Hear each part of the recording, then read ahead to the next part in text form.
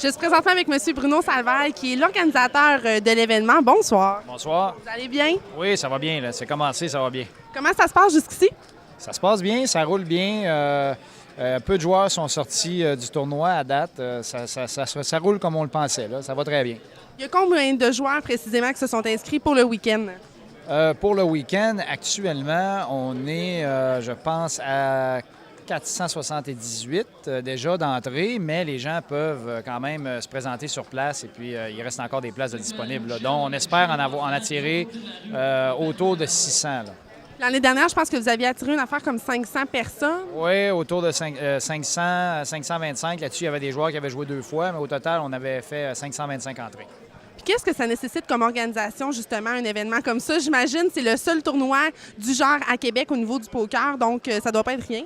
Bien, il se fait d'autres tournois de d'autres types là, au niveau du poker, mais c'est pas mal le plus gros tournoi philanthropique de la région de Québec et de l'Est du Québec.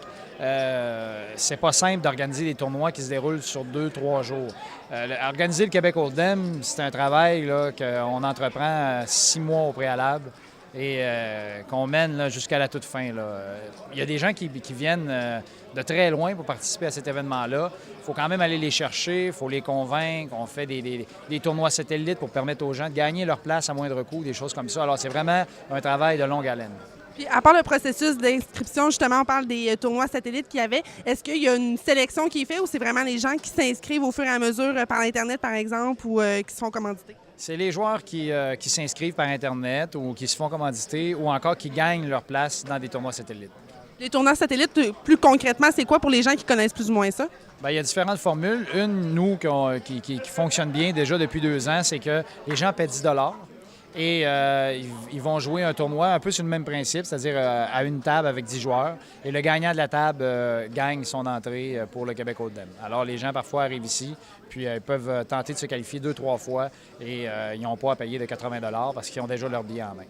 Généralement, là, comme là, on va prendre la pause tout à l'heure après le 4e round. Comment ça fonctionne, la partie, au niveau du temps général que ça prend, justement, pour faire le tour, puis qu'il reste finalement 2 joueurs pour les finales le dimanche? C'est que les mises obligatoires qu'on appelle les blinds, le small blind et le big blind, sont augmentées à partir d'un certain temps. Ici, ce soir, c'est aux 30 minutes. Alors, les blinds augmentent aux 30 minutes. À chaque fois qu'il y a une augmentation de blind, c'est une ronde. Donc, après 4 rondes, on décrète une pause. Et après ça, bien, ça file comme ça. Ça peut prendre... il y a peut-être des tables qui vont se finir à minuit, d'autres qui vont se finir à 11 heures. Ça peut varier. Bon, bien, on va voir comment ça se déroule au fil de la fin de semaine. On risque de se reparler, mais en tout cas, il y a beaucoup de gens ce soir. C'est le fun à voir. Est-ce que vous allez participer au tournoi en fin de semaine? Non, disons que ça serait assez mal vu, je pense, que l'organisateur participe au tournoi et qu'il parte avec une voiture, par exemple. Il y aurait anguille sous roche. Mais est-ce que vous êtes un joueur de poker personnellement dans la vie ou pour le plaisir? Ou, Oui, mais je pense que si on veut bien le travailler, il ne faut pas trop avoir les mains dedans. Il faut mieux avoir une bonne distanciation. C'est important d'avoir une équipe autour de soi qui connaît bien les joueurs et tout ça, mais je préfère pas trop jouer, justement pour garder un certain recul dans tout ça. Un gros merci, M. Salvaille. Merci à vous.